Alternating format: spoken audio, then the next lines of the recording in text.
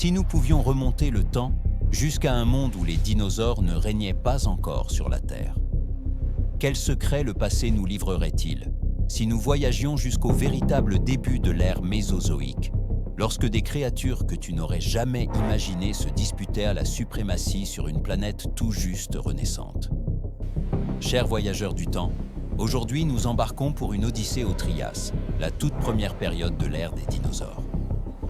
Un périple pour découvrir comment les prédateurs les plus redoutables de leur époque, dotés d'adaptations dévastatrices et d'une férocité sans égale, ont dominé un monde en perpétuelle transformation. Une histoire de survie, de domination et d'extinction. Imagine un monde où la Terre n'était qu'un seul supercontinent, où des déserts brûlants s'étiraient jusqu'à l'horizon, et où les chasseurs les plus mortels n'étaient pas des dinosaures, mais des reptiles tout droit sortis de tes pires cauchemars. Une lignée de traqueurs implacables, destinés à régner avant que les géants du Jurassique ne prennent le contrôle. Au fil de cette traversée, nous verrons comment sont apparus les premiers grands prédateurs du Mésozoïque, ce qui les rendait si terrifiants, et comment leur essor, puis leur chute, a façonné le destin des dinosaures. Et avant de plonger dans ce voyage au cœur du Trias, n'oublie pas de laisser un like et de t'abonner à la chaîne pour ne rater aucune merveille du temps. Merci, et que le voyage commence. La grande mortalité, l'apocalypse qui a précédé le Trias. Imagine un monde au bord de l'effondrement total. Une planète où la vie elle-même semblait sur le point de s'éteindre à jamais. C'était la Terre, il y a environ 252 millions d'années, à la fin du Permien. Ce qui allait se produire allait changer le visage du monde plus radicalement que n'importe quel autre, événement de toute l'histoire du vivant. L'extinction de masse Permien-Trias, connue sous un nom à la hauteur de sa démesure, la grande mortalité. Ce n'était pas une extinction ordinaire, c'était l'apocalypse absolue. On estime qu'environ 96% des espèces marines et 70% des vertébrés terrestres ont disparu. Pour donner une idée, l'événement fut bien plus dévastateur que celui qui éliminera les dinosaures 66 millions d'années plus tard. Les trilobites, ces arthropodes emblématiques qui avaient dominé les océans pendant des centaines de millions d'années, s'éteignirent entièrement. Les insectes géants, ces libellules de la taille d'aigle qui avaient sillonné le ciel du Carbonifère, disparurent presque complètement. Et les grands reptiles mammaliens qui régnaient sur les terres permiennes, comme les énormes gorgonopsiens armés de terribles canines en forme de sabre, furent rayés de la carte. Qu'est-ce qui a pu provoquer une catastrophe d'une telle ampleur? Les indices géologiques pointent vers une combinaison mortelle de facteurs s'alimentant les uns les autres dans une spirale de destruction. En Sibérie, il y a 252 millions d'années, survint l'un des épisodes volcaniques les plus colossaux de tous les temps, les trappes de Sibérie. Pendant plus d'1 million d'années, des éruptions gigantesques ont déversé assez de lave basaltique pour recouvrir plus de 3 millions de kilomètres carrés, soulevant le terrain de plus de 5 kilomètres par endroit. Le volume de lave était comparable à la totalité de l'eau de tous les océans du monde. Mais la lave, à elle seule, n'explique pas tout. Ces éruptions ont relâché dans l'atmosphère des quantités astronomiques de dioxyde de carbone, de méthane et de dioxyde de soufre. Le CO2 a déclenché un réchauffement climatique incontrôlable. Les températures ont explosé, dans certaines régions, jusqu'à 30 degrés au-dessus. Des valeurs normales. Les océans, incapables de dissiper cette chaleur, se sont réchauffés progressivement et ont perdu leur oxygène dissous, créant d'immenses zones mortes où aucune forme de vie complexe ne pouvait survivre.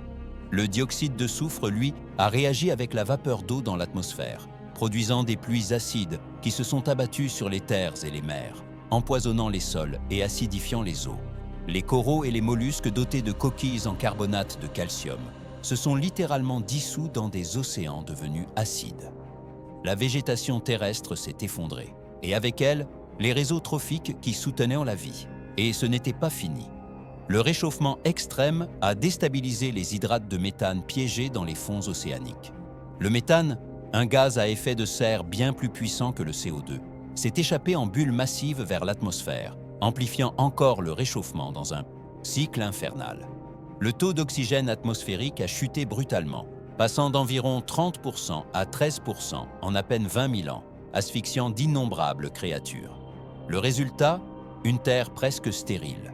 Les forêts disparurent, remplacées par des déserts et des paysages nus, dominés par des champignons se nourrissant de matière organique en décomposition. Les océans se transformèrent en bouillons toxiques de sulfure d'hydrogène, s'exhalant vers l'atmosphère et empoisonnant l'air lui-même.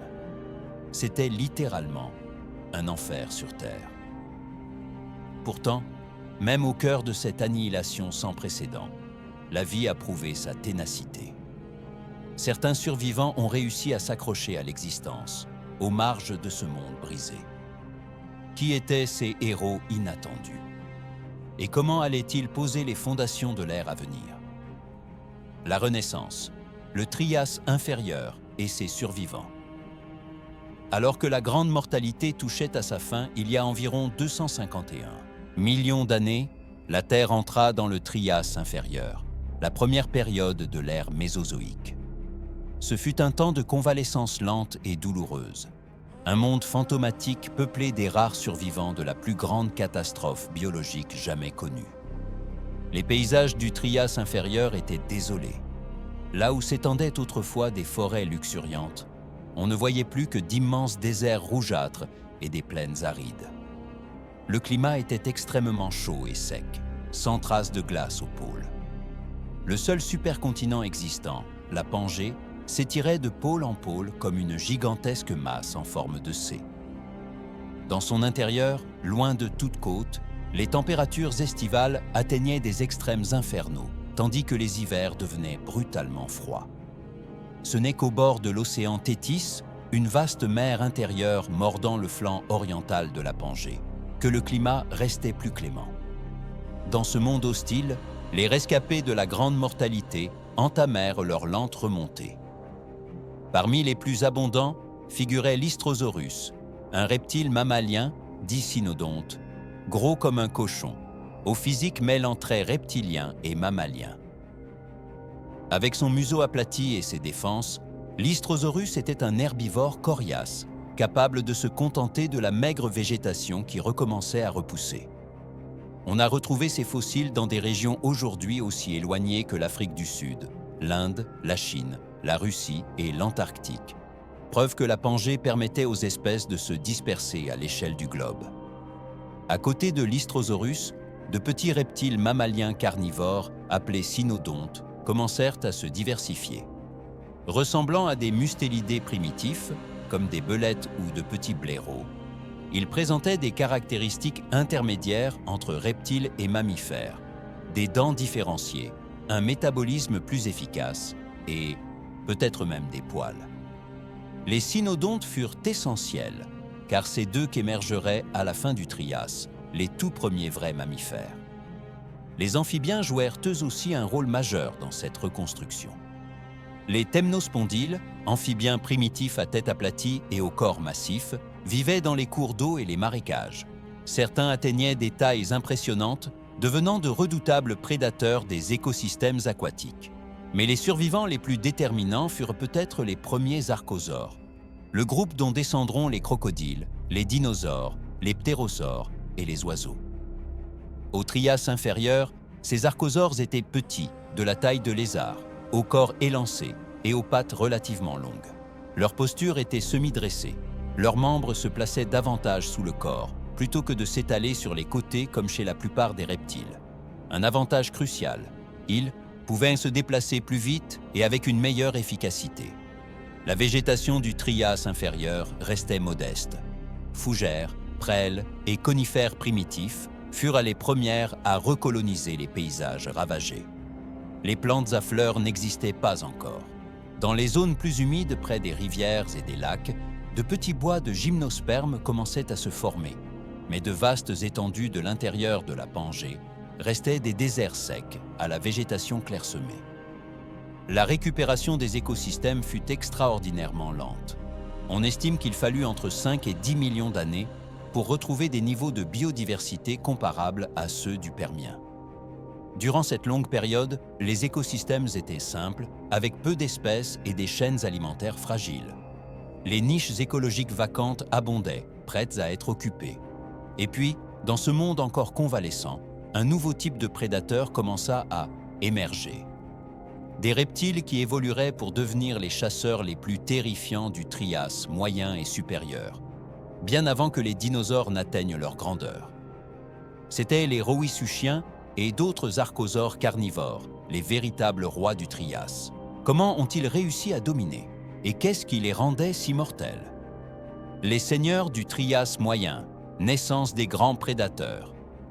À mesure que le Trias avançait vers sa phase moyenne, entre environ 247 et 237 millions d'années, le monde commença à se transformer. Les températures restaient élevées, mais les écosystèmes s'étaient stabilisés et diversifiés. Les forêts de conifères et de cicadales s'étendirent, et avec elles la faune herbivore qui se nourrissait de cette nouvelle végétation. Et là où prospèrent les herbivores, les prédateurs finissent toujours par apparaître. Durant le Trias moyen, un groupe d'archosaures entreprit une impressionnante radiation adaptative, les rowisuchiens et leurs proches parents. Ces reptiles, appartenant au clade des Pseudosuchia, la lignée qui inclut les crocodiles actuels, devinrent les super-prédateurs dominants de leur temps. Les rowisuchiens n'étaient pas des dinosaures. En réalité, ils furent des concurrents directs des tout premiers dinosaures, et pendant une grande partie du Trias, ils remportèrent la compétition. Ils avaient des corps massifs et puissants, des membres robustes, et une posture semi-dressée leur donnant stabilité et force. Leurs crânes, longs et imposants, étaient armés de dents dentelées comme des couteaux de boucher. Les muscles de leurs mâchoires étaient extraordinaires, capables de produire des morsures dévastatrices. Une caractéristique particulièrement frappante chez de nombreux rowisuchiens était leur armure dermique, des plaques osseuses appelées ostéodermes, couvrant le dos et les flancs. Ces ostéodermes n'offraient pas seulement une protection contre d'autres prédateurs ou lors de combats territoriaux.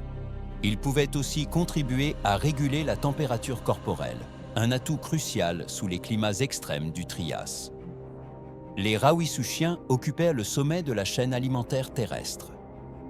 Ils chassaient les grands herbivores du Trias, comme les dicynodontes et les rhinchosaures, ainsi que d'autres reptiles plus petits. Leur stratégie reposait probablement sur l'embuscade et la force brute. Utiliser leur puissance musculaire pour maîtriser de grosses proies dans des affrontements directs. D'autres archosaures prospérèrent également au Trias moyen. Les phytosaures, par exemple, étaient des reptiles semi-aquatiques qui ressemblaient superficiellement à des crocodiles, avec des museaux longs et étroits garnis de dents coniques, parfaites pour saisir les poissons. Ils vivaient dans les rivières et les lacs, patrouillant les eaux à la recherche de proies. Les aétosaures, quant à eux, étaient des archosaures herbivores lourdement cuirassés, couverts de plaques osseuses et d'épines.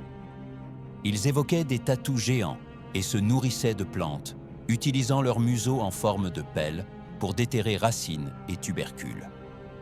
Leur armure les protégeait des prédateurs, pas toujours avec succès. Pendant ce temps, les dinosaures du Trias moyen restaient des animaux petits et relativement insignifiants.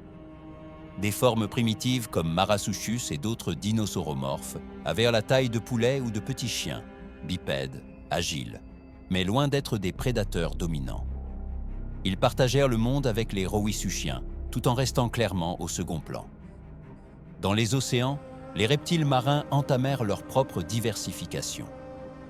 Les notosaures étaient des reptiles semi-aquatiques au long cou, au corps élancé, avec des pattes transformées en ébauches de nageoires. Ils mesuraient généralement entre 3 et 4 mètres et chassaient les poissons en eau côtière.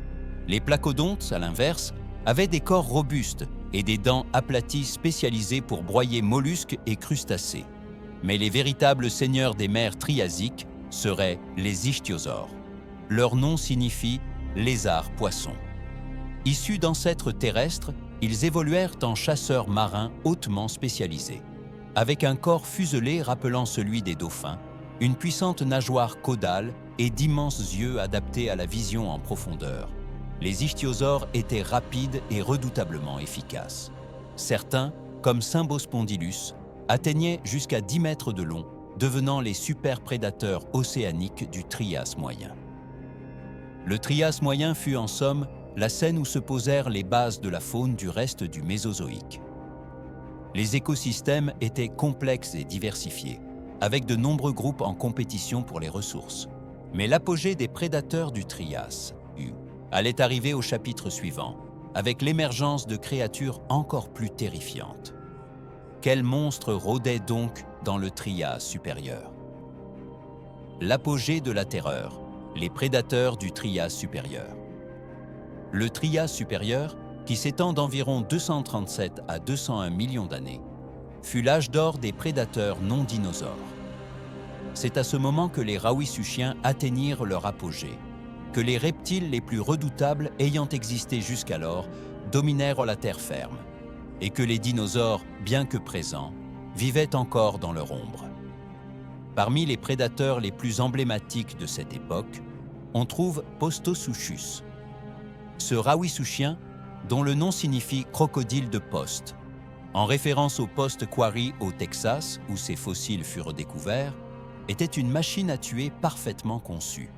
Il pouvait atteindre 6 mètres de long et peser entre 250 et 300 kg. Son crâne, long d'environ 55 cm, était garni de dents semblables à des dagues, certaines dépassant 7 cm, dentelées sur les deux bords pour trancher la chair avec une efficacité mortelle. Postosuchus avait un corps massif porté par des membres puissants. Ses pattes arrière étaient nettement plus longues et plus fortes que les pattes avant, ce qui a alimenté un débat chez les paléontologues. Pouvait-il marcher sur deux pattes ou était-il strictement quadrupède? Les données actuelles suggèrent qu'il était principalement quadrupède, mais qu'il pouvait se redresser occasionnellement sur ses pattes arrière, peut-être pour atteindre une proie ou lors d'affichages territoriaux. Ce prédateur vivait dans les plaines arides et les forêts clairsemées de ce qui est aujourd'hui l'Amérique du Nord. Le climat était chaud et saisonnier, avec des pluies concentrées à certaines périodes, un peu comme les savanes actuelles. Rivières et lacs ponctuaient le paysage, véritables oasis de vie au milieu d'un environnement largement sec. Postosuchus était le prédateur dominant de son écosystème. Il se nourrissait des grands herbivores de ces terres, notamment Placerias, un dicynodonte de la taille d'une vache. Placerias était un herbivore massif aux défenses proéminentes, qu'il utilisait pour se défendre et pour creuser, afin d'atteindre des racines. Malgré sa taille et ses protections, il pouvait devenir la proie de Postosuchus. La technique de chasse de Postosuchus reposait probablement sur l'embuscade. Son gabarit et son poids ne lui permettaient pas de longues poursuites rapides. À la place, il devait attendre, immobile, dissimulé près des points d'eau ou des chemins empruntés par les herbivores. Quand une proie convenable s'approchait, Postosuchus déclenchait une attaque fulgurante, utilisant sa morsure puissante pour infliger des blessures massives et abattre rapidement sa victime. Mais Postosuchus n'était pas seul. Il partageait son territoire avec d'autres prédateurs dans une compétition intense. Les théropodes primitifs, comme Coelophysis, vivaient eux aussi dans ces écosystèmes. Coelophysis était l'opposé de Postosuchus, plus petit, environ 3 mètres, très léger, à peine 20 kg, bipède et extrêmement agile. Ses os creux réduisaient son poids. Il possédait un long cou souple et une tête étroite garnie de nombreuses petites dents acérées. Coelophysis chassait surtout de petites proies. Il se nourrissait de lézards, de petits reptiles mammaliens, de gros insectes et, peut-être, pêchait dans des ruisseaux peu profonds.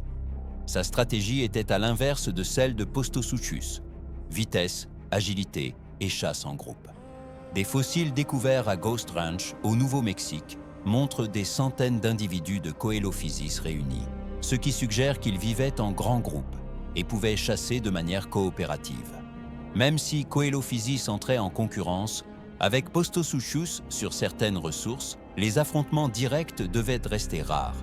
Ils occupaient des niches écologiques différentes. Postosuchus chassait les grands herbivores, tandis que Coelophysis se concentrait sur de petites proies. En revanche, lorsque des carcasses de grands animaux jonchèrent le sol, les Coelophysis opportunistes se rassemblaient pour se nourrir. toujours sur leur garde, pour ne pas devenir eux-mêmes le repas d'un prédateur plus grand. Un autre prédateur fascinant du Trias supérieur était Saurosuchus, un Rawhisuchien d'Amérique du Sud, rivalisant avec Postosuchus en taille et en férocité. Saurosuchus vivait dans l'actuelle Argentine, partageant son territoire avec l'un des premiers véritables dinosaures, Herrerasaurus. Herrerasaurus est l'un des dinosaures les plus anciens connus, daté d'environ 231 millions d'années. Il mesurait entre 3 et 6 mètres de long et pesait environ 200 à 350 kg. C'était un théropode bipède aux traits très primitifs, situé à la base de l'arbre évolutif des dinosaures. Son crâne, long et étroit, possédait des mâchoires relativement souples, lui permettant de saisir ses proies avec force. Ses mains portaient 3 longs doigts armés de griffes courbes et tranchantes, parfaites pour agripper et lacérer. Malgré son allure impressionnante, Herrerasaurus vivait dans un monde dominé par d'autres. Son contemporain Saurosuchus était le véritable roi de ces écosystèmes sud-américains. De taille similaire, voire supérieure, Saurosuchus bénéficiait d'un crâne plus massif et d'une morsure plus puissante. Les dinosaures, prometteurs, n'étaient pas encore les maîtres. Dans les océans du Trias supérieur, les ichthyosaures atteignirent des tailles colossales.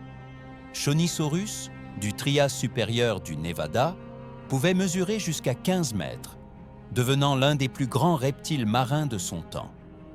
Des espèces encore plus grandes, comme Shastasaurus sicaniensis, auraient atteint l'incroyable longueur de 23 mètres, rivalisant avec les baleines modernes.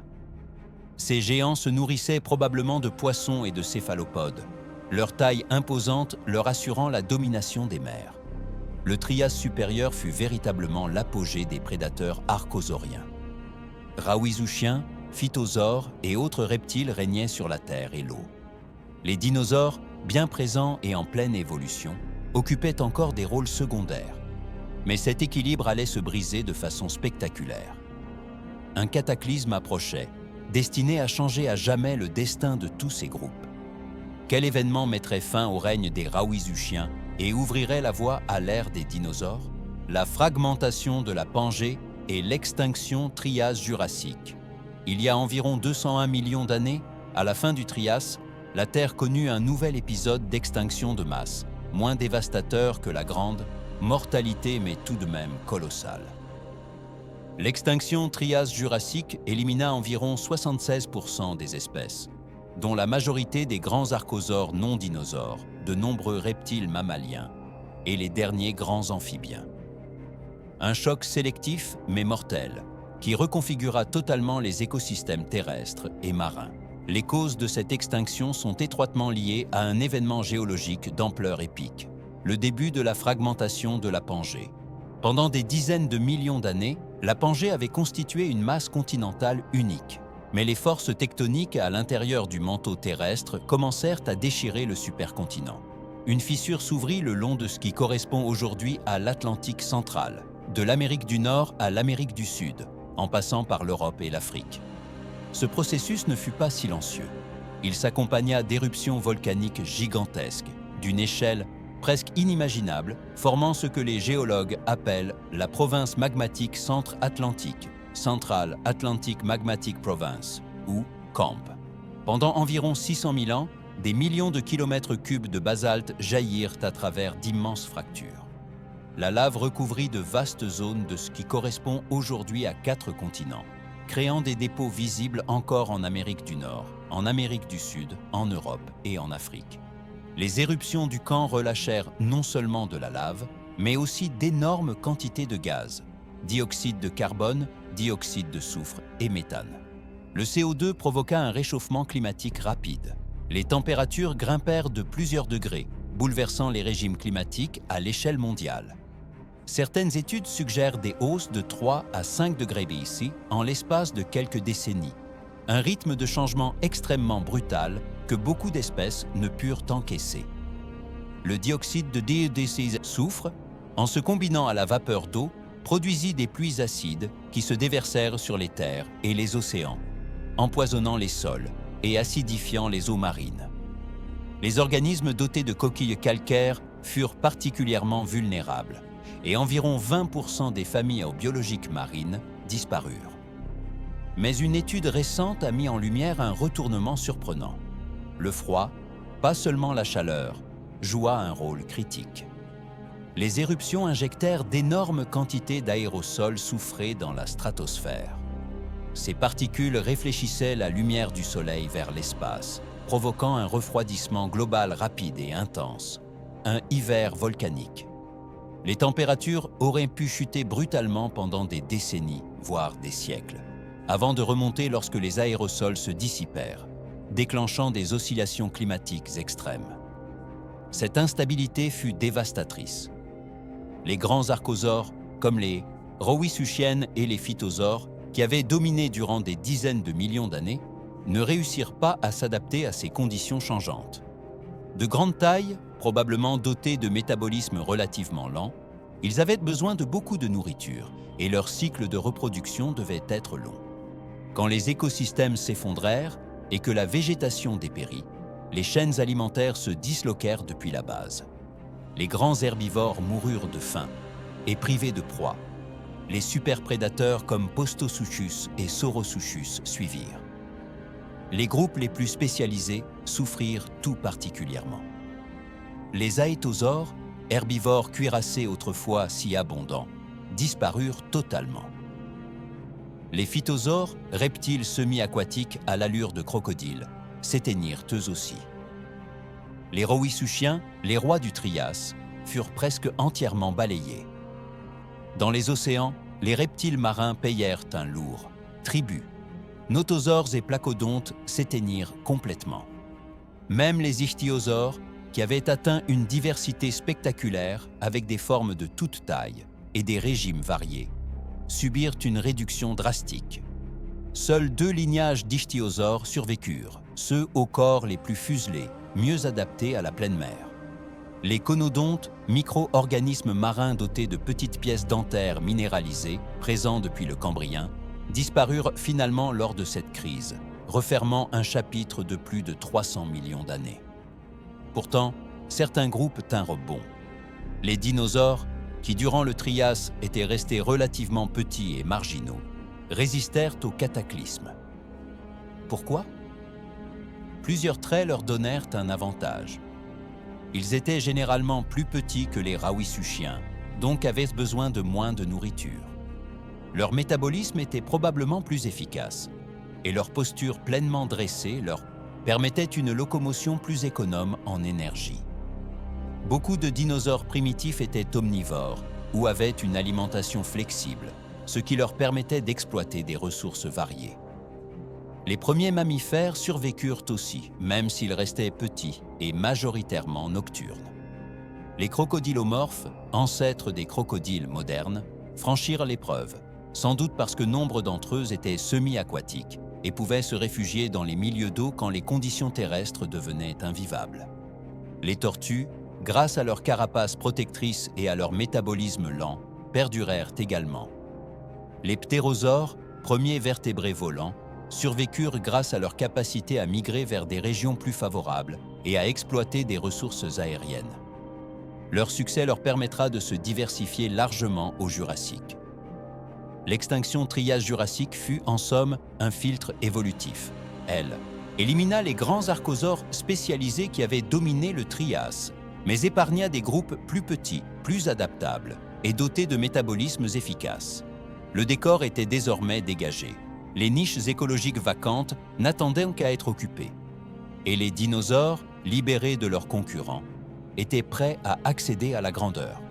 L'aube d'une nouvelle ère, la domination des dinosaures.